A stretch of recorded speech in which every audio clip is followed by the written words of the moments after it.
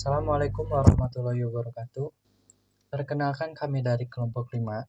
Kami di sini akan mempresentasikan mengenai penilaian kesehatan Bank Negara Indonesia atau biasa kita sebut Bank BNI.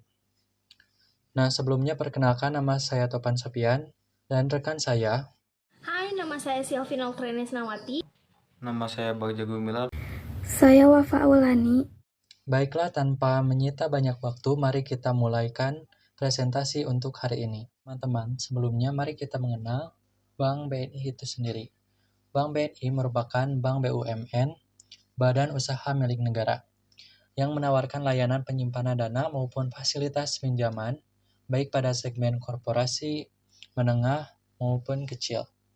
Beberapa produk dan layanan terbaik telah disesuaikan dengan kebutuhan nasabah Bank BNI. Pendirinya adalah Margono Jojo Hadikusumo, didirikan pada tanggal 5 Juli 1946 di Indonesia.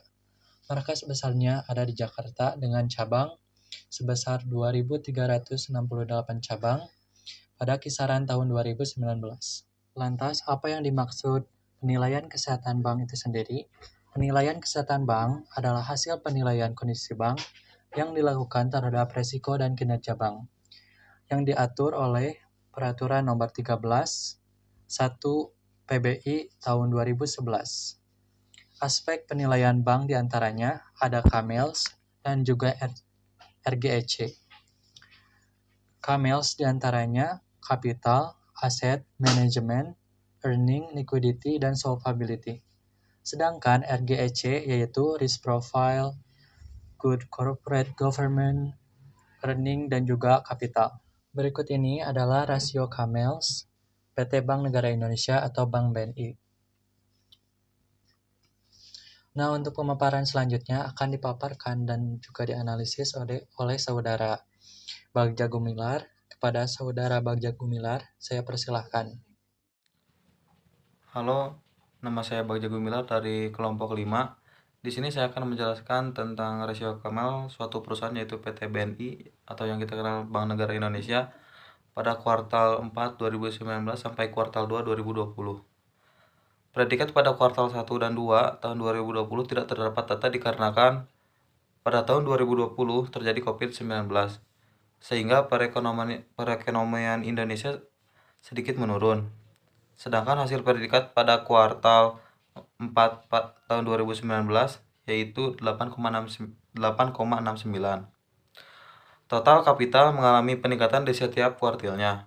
Lalu ATMR pada kuartal 1 ke kuartal 2 tahun 2020 mengalami penurunan yaitu dari 622.322.412 menjadi 610.779.907. Lalu pada kuartal 4 2019 mengalami penurunan menjadi 598.483.859 serta KAR mengalami penurunan. Total aset tidak stabil mengalami kenaikan ataupun penurunan pada kuartal 1 dan kuartal 2 2020. Gross loan stabil tidak mengalami penaikan atau penurunan pada kuartal 1 dan kuartal 2 2020. NPL to gross loan terus mengalami kenaikan walaupun sangat tipis. NPL net terus mengalami penurunan di setiap kuartalnya, walaupun di kuartal 2 mengalami penaikan yang sangat tipis.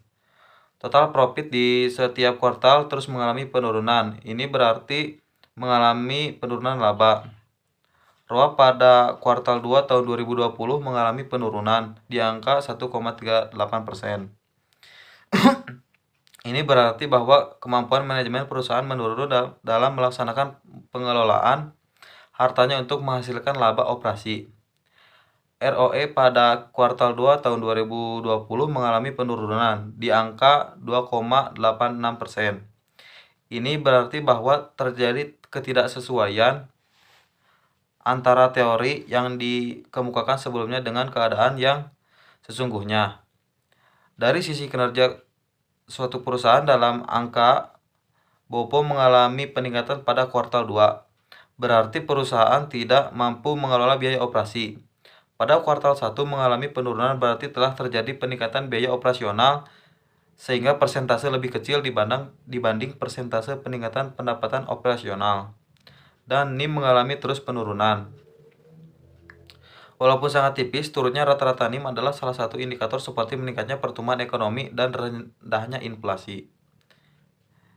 Customer deposit mengalami terus peningkatan pada setiap kuartalnya.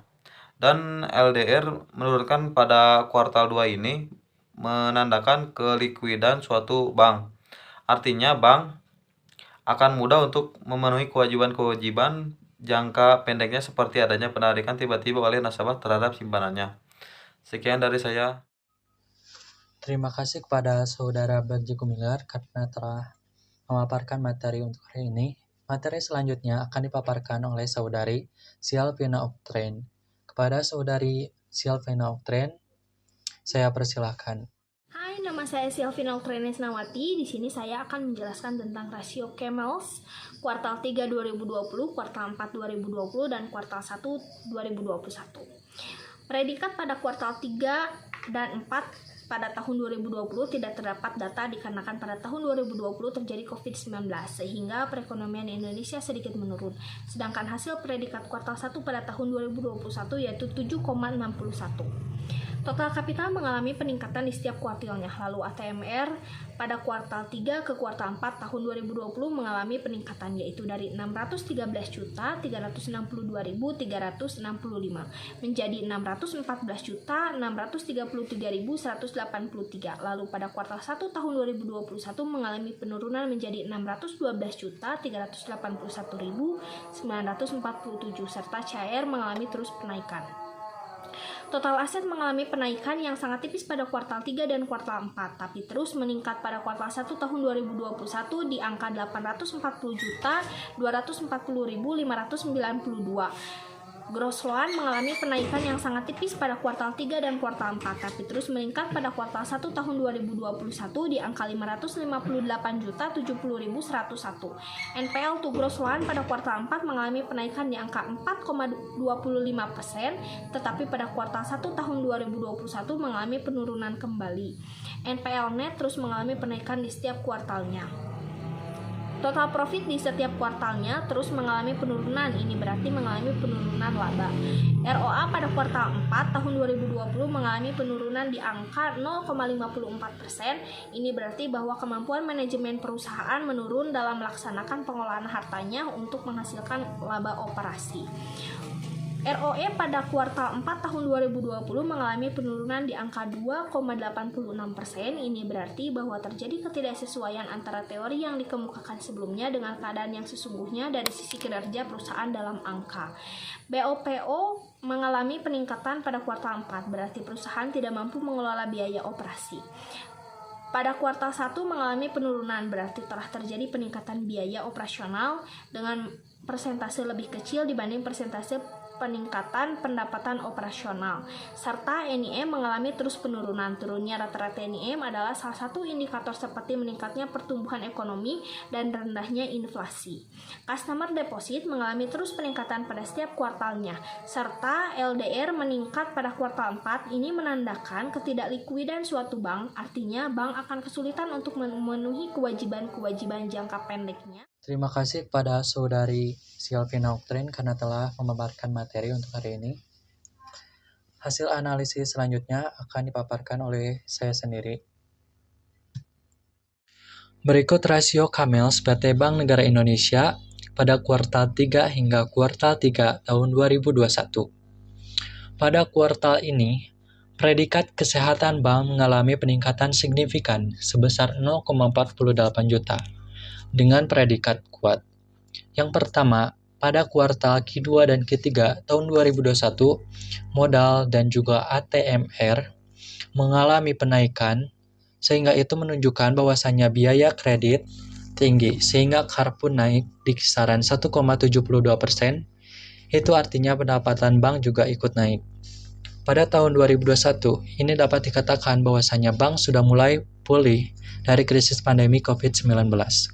Yang kedua, aset dan juga gross loan yang dimiliki bank juga ikut naik secara signifikan.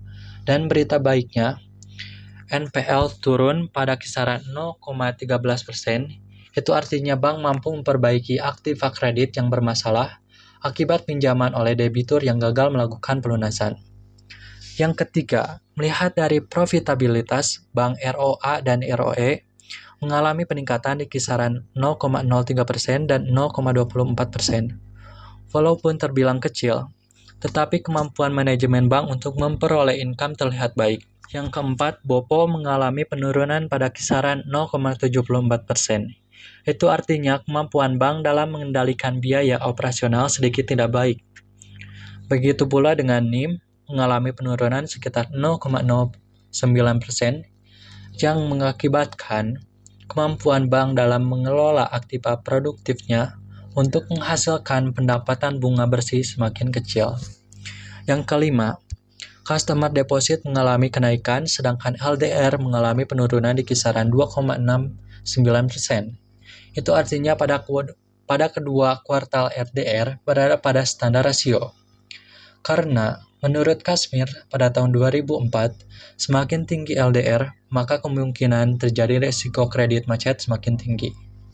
Kesimpulannya, melihat dari data PT BNI pada kuartal 2 hingga kuartal 3 tahun 2021, melalui rasio Camels dapat dinyatakan sehat, karena telah memenuhi setiap standar dari Bank Indonesia. Sekian. Nah, pemaparan selanjutnya akan dipaparkan oleh Saudari Wafa. Kepada Saudari Wafa, saya persilahkan. Saya Wafa Aulani. Di bagian ini saya akan sedikit menjelaskan hasil analisis kesehatan Bank BNI pada kuartal 4 2021 hingga kuartal 1 2022. Menurut pandangan saya, dari keterangan hasil predikat kuartal 4 2021 dan kuartal 1 2022 sama-sama kuat walaupun terjadi penurunan pada kuartal 1 2022 dari 8,68 menjadi 8,39. Hasil rasio permodalan dari kuartal 4 2021 hingga kuartal 1 2022 mengalami penurunan. Tetapi, jika dilihat dari persentase tingkat kesehatan bank, pada rasio ini dikatakan sehat karena persentase dari hasil rasio permodalan ini di atas 8% standar menurut Kashmir dan 12% menurut Peraturan Bank Indonesia 2004. NPL yang baik adalah NPL yang memiliki rasio di bawah 5%. Dari keterangan penilaian bank, kedua NPL berada di bawah 5%, yang berarti kecil risiko kredit yang ditanggung oleh bank. Hasil rasio ROA pada kuartal 4 2021 dan kuartal 1 2022 mengalami kenaikan, dan persentase hasil rasio ROA dikatakan sehat karena hasil rasio tersebut di atas dari 1,5% standar Bank Indonesia.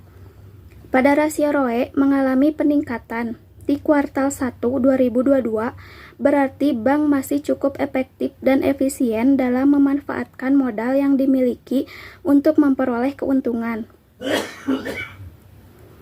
Rasio BOPO mengalami penurunan, tetapi dari persentase tingkat kesehatan bank, pada rasio ini dikatakan sehat karena hasil rasio BOPO berada antara 50 hingga 75% sesuai dengan ketentuan Bank Indonesia. Untuk rasio NIM juga mengalami penurunan. Ini menunjukkan bahwa kemampuan perusahaan untuk menghasilkan pendapatan bunga semakin kecil. Dari perhitungan rasio LDR pada kuartal 4 2021 hingga kuartal 1 2022 dapat dikatakan cukup sehat karena persentase dari hasil rasio LDR keduanya di atas 75% dan kurang dari 100% standar Bank Indonesia. Mungkin sekian penganalisisan kesehatan bank dari saya. Mohon maaf jika ada penganalisaan yang keliru atau salah. Terima kasih. Terima kasih kepada Saudari Wafa karena telah memaparkan materi pada presentasi hari ini. Nah, kita bisa tarik kesimpulan bahwasannya dengan melihat dari data PT BNI pada setiap kuartal melalui rasio Camels dapat dinyatakan sehat karena telah memenuhi setiap standar dari Bank Indonesia itu sendiri. Sekian presentasi dari kami. Mohon maaf apabila banyak kesalahan. Wassalamualaikum warahmatullahi wabarakatuh.